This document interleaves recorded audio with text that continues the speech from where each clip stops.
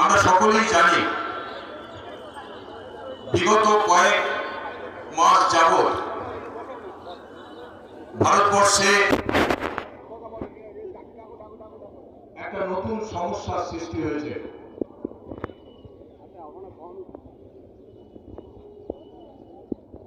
এই সমস্যা আমাদের এই প্রতিবেশী রাজ্য বাংলাদেশ, সেই প্রতিবেশী রাজ্যে বাংলাদেশে যে সমস্ত সনাতনী হিন্দু মানুষজন আছেন, যাদেরকে আমরা বাংলাদেশের সংখ্যালঘু বলে জানি, সেই সমস্ত মানুষজনের উপরে নির্মম অত্যাচার চলছে।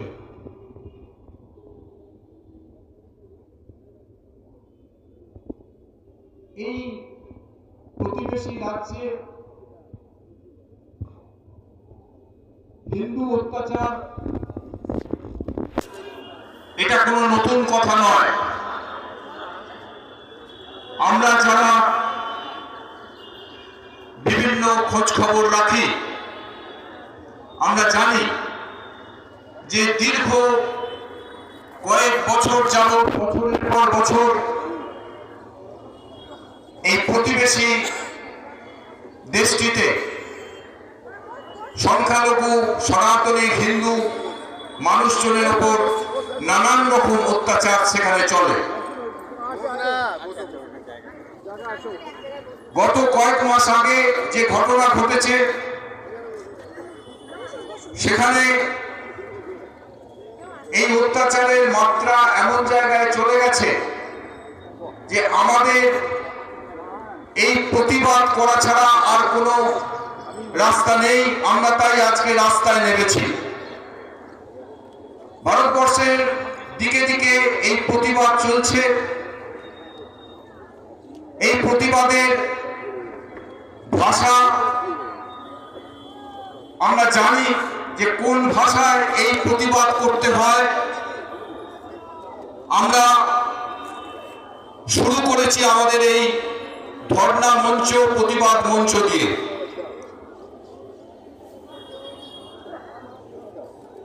আমরা অবাক হয়ে যাই যে একটি রাষ্ট্র সে কিভাবে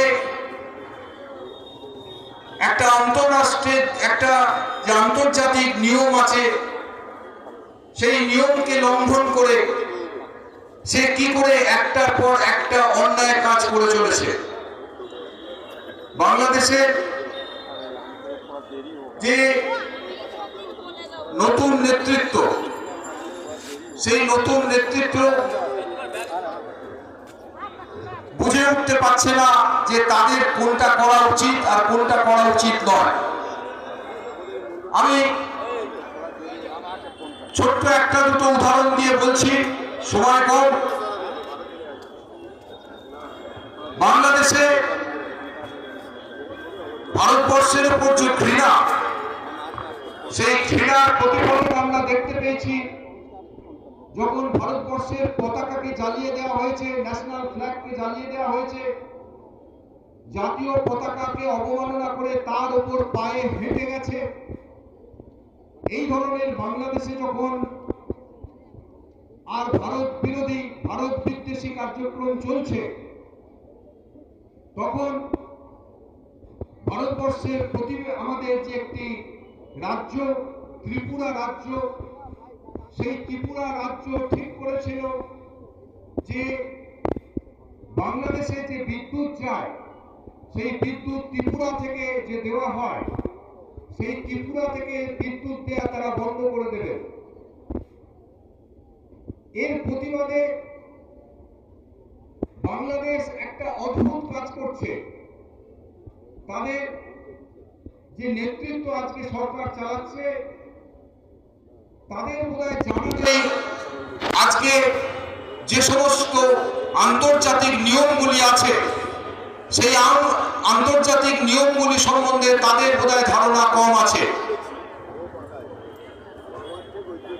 ভারতবর্ষের সঙ্গে বাংলাদেশের একটি দ্বিপাক্ষিক চুক্তি হয়েছিল চট্টগ্রাম বন্দরকে নিয়ে। ত্রিপুরা থেকে কলকাতা বন্দরে আসতে 36 ঘন্টা সময় লাগে। তাই ত্রিপুরার মানুষের সুবিধার্থে বাংলাদেশের হাসিনা সরকারের সঙ্গে একটি দ্বিপাক্ষিক চুক্তি হয়েছিল যে বাংলাদেশ সরকার তাদের চট্টগ্রাম যে বন্দর, সেই বন্দরকে তারা ব্যবহার করতে দেবে। আপনারা সবাই জানেন যে পৃথিবীতে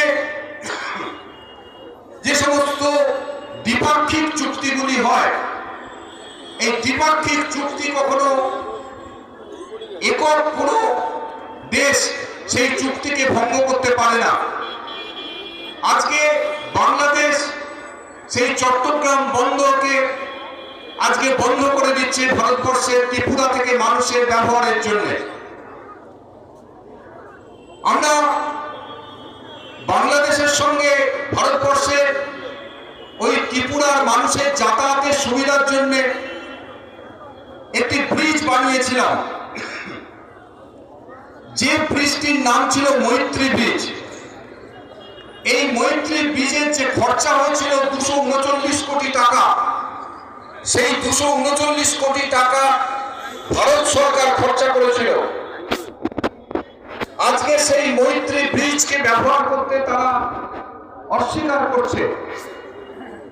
এই যে দ্বিপাক্ষিক চুক্তিগুলোর মধ্য দিয়ে এই কার্যগুলো হয়েছিল, এই দ্বিপাক্ষিক চুক্তি কখনো কোনো দেশ এককভাবে লঙ্ঘন করতে পারে না। আমি তাই মনে করছি যে মোহাম্মদ ইউনূস সরকার অত্যন্ত ছেলে মানুষের মতন এইসব জায়গায় হাত দিচ্ছে। এর যে ফলাফল কি হতে পারে, সেই ফলাফল সম্বন্ধে তাদের কোনো জ্ঞান গম্যি আছে বলে মনে হয় না। বাংলাদেশ সম্বন্ধে বলতে গেলে প্রথমে বলতে হয়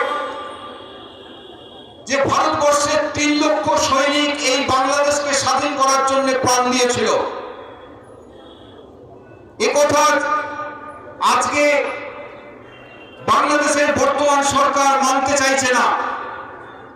তারা মুক্তি যুদ্ধ যে হয়েছিল সেই মুক্তি যুদ্ধকে তারা স্বীকার করছে না। তারা বলছে যে বাংলাদেশে কোনো মুক্তি যুদ্ধ হয়নি। আপনারা সবাই জানেন যে 1971 সালে ভাষা আন্দোলনকে সঙ্গে নিয়ে সেদিন পূর্ব পাকিস্তানের মধ্যে যে আন্দোলন সংগঠিত হয়েছিল, সেই আন্দোলনে সম্পূর্ণভাবে সাহায্যের হাত বাড়িয়ে দিয়েছিল ভারত সরকার। আমরা ওই 71 সালে তাদের আন্দোলনের পাশে ছিলাম। 3 লক্ষ শ্রমিক আমাদের আপনাদের হয়ে ওখানে লড়াই করতে গিয়ে প্রাণ দিয়েছিল। আপনাদের যারা প্রথম সারির নেতা, সেই বাংলাদেশের প্রথম সারির নেতাদের আমরা এই ভারতবর্ষে 5 স্টার হোটেলে রেখে তাদের জীবন রক্ষা করেছিলাম। স্বয়ং মুজিবুর রহমানকে এই ভারতবর্ষে আমরা অত্যন্ত সুরক্ষার ব্যবস্থা করে দিয়েছিলাম। এইভাবে আপনাদের দেশে স্বাধীনতা আনিয়েছিলাম আমরা। আজকে এই নতুন সরকার তারা ইতিহাসকে অস্বীকার করছে। তারা ইতিহাসকে অস্বীকার করে তারা বলছে ভারতবর্ষে কোনো মুক্তিযুদ্ধ নাকি হয়নি।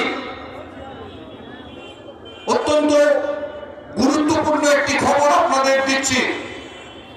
গত 2 দিন আগে বাংলাদেশের যে হাইকোর্ট, সেই হাইকোর্টের যিনি প্রধান বিচারপতি, যে বিচারপতি হাসিনার দ্বারা নির্বাচিত বা প্রতিষ্ঠিত বিচারপতি নন, ইউনূস, মোহাম্মদ ইউনূসের যে সরকার, সেই সরকার এই বিচারপতিকে আর স্থান দিয়েছে বাংলাদেশের প্রধান বিচারপতি হিসাবে।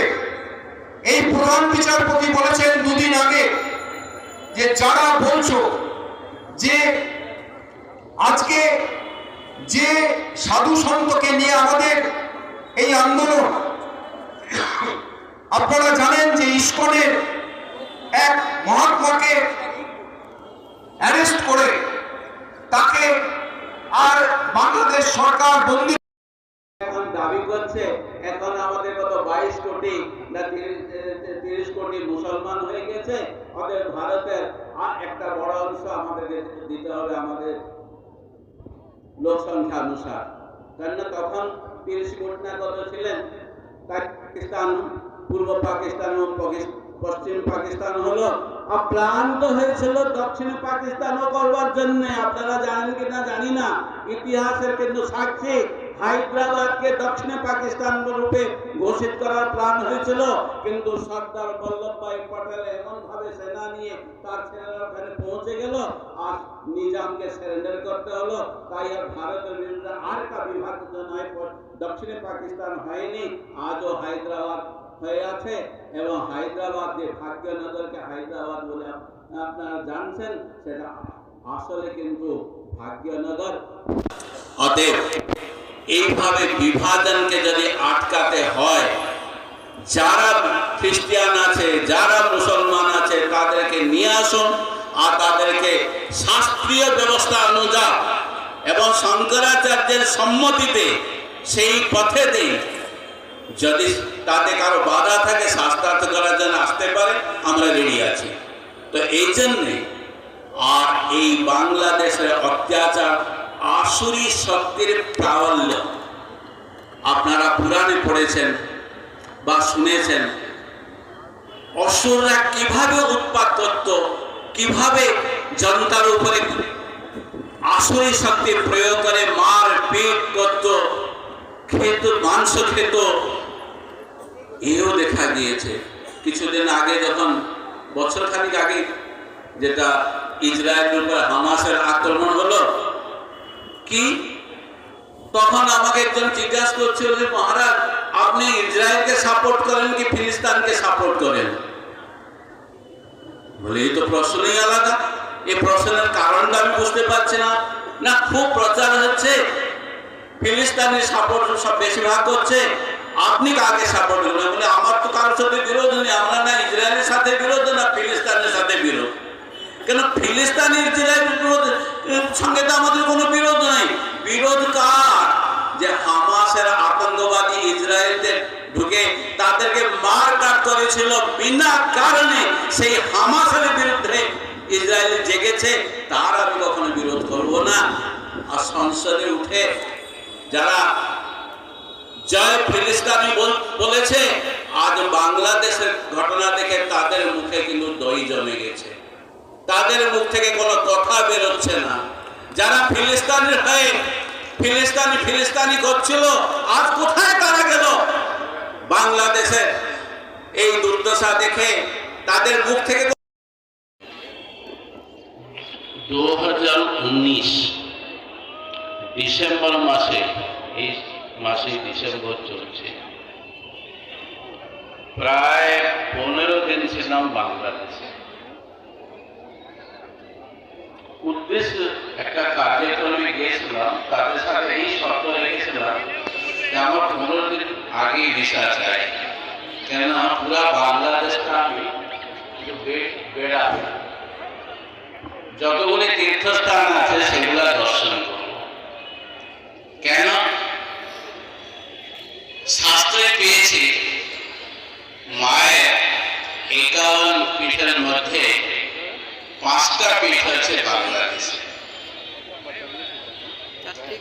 আর আপনারা চণ্ডীপাঠ শুনে, বাংলা থেকেও আছে চণ্ডীপাঠ। সমিতি দিচ্ছে থাপড় মারো তালে তালে, থাপড় মারো তালে তালে, থাপড় মারো তালে তালে, হিন্দুরা জুতো মারো তালে তালে, হিন্দুরা জুতো মারো তালে তালে। ঋত্বিক ঘটকের পৈতৃক বাড়ি ভাঙল কারা? জবাব চাই, জবাব দাও। ঋত্বিক ঘটকের পৈতৃক বাড়ি ভাঙল কারা? পাকিস্তানের থুতু চাটছে কারা? পাকিস্তানের থুতু চাটছে কারা? পাকিস্তানের থুতু চাটছে কারা?